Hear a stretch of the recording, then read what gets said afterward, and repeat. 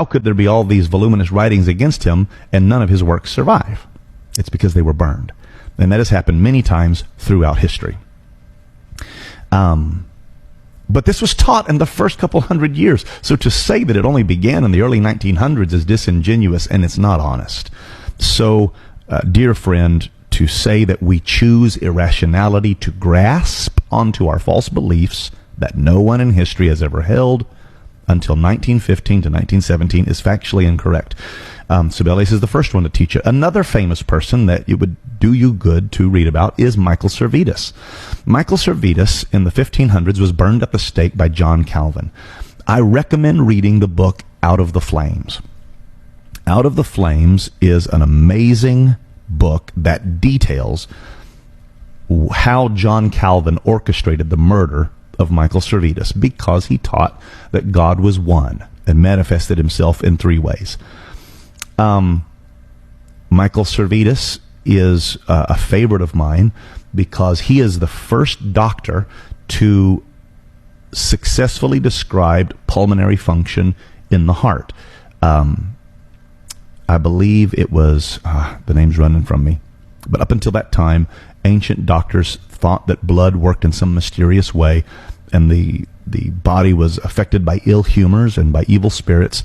They tried to describe what the heart was for and what veins and capillaries and arteries were all about. They didn't understand it.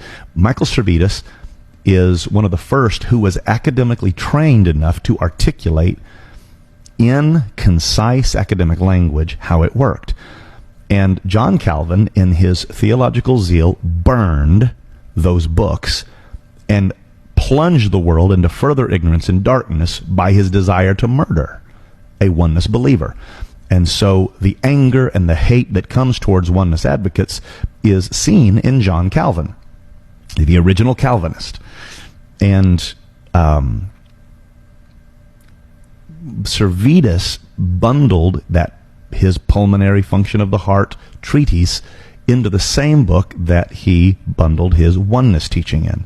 So in trying to stamp out oneness, Calvin didn't just murder Servetus and many other oneness advocates. He murdered millions of people that could have benefited from the knowledge of pulmonary function. Where would we be if we had 200 to 300 years of medicine advancement to teach us about heart attacks and strokes and how the blood flows in the body? But no, Calvin had to burn everybody at the stake and plunge the world into further darkness by using Catholic methods. Yes, that does make me angry. Any type of decision made to plunge the world into further ignorance and to cost human life, it angers any person that loves righteousness. And so it's not only held since the early 1900s. Both Sibelius and Servetus taught it, and those are just two of the main examples. Read the book Out of the Flames, and when you read that book, it will cause your blood to boil at the arrogance. They have the literal cited letters of John Calvin to those who were in power at that time. So they have Servetus letters, documented cited letters, and Calvin's letters. We have them. You can read them for yourself. A lot of Calvinists will say, well, John Calvin didn't really want to kill him. He was really trying to work with it. He was a good man, just a victim of the times. No. He shows premeditated intent to murder years before they caught Michael Servetus. And he even collaborated with Catholics to hopefully get them to murder him and do the dirty work for him. And the letters are there. So this whitewash that's happened later by modern Calvinist scholars, it doesn't fly. You read the book, you'll read the original sources yourself, and it will anger you the way they have tried to whitewash that. This thing has always existed, and Satan has always tried to destroy it. Here's another one that you would do well to read a little bit about. When you get a chance, read about the ancient philosopher Abelard. If you just do a quick little internet search to find out about the man Abelard, he was a well-known philosopher. He was a famous person in his day. This would have been the 1100s, somewhere in that time frame. And Abelard was a known academic. He was one that was able to academically describe his feelings and his thoughts. He was famous in his day. Peter Abelard, he was alive from 1079 to 1142. Very famous. He was a philosopher. He was a logician, a theologian, a poet, a composer, a musician. Curious. Poet, a composer, a musician.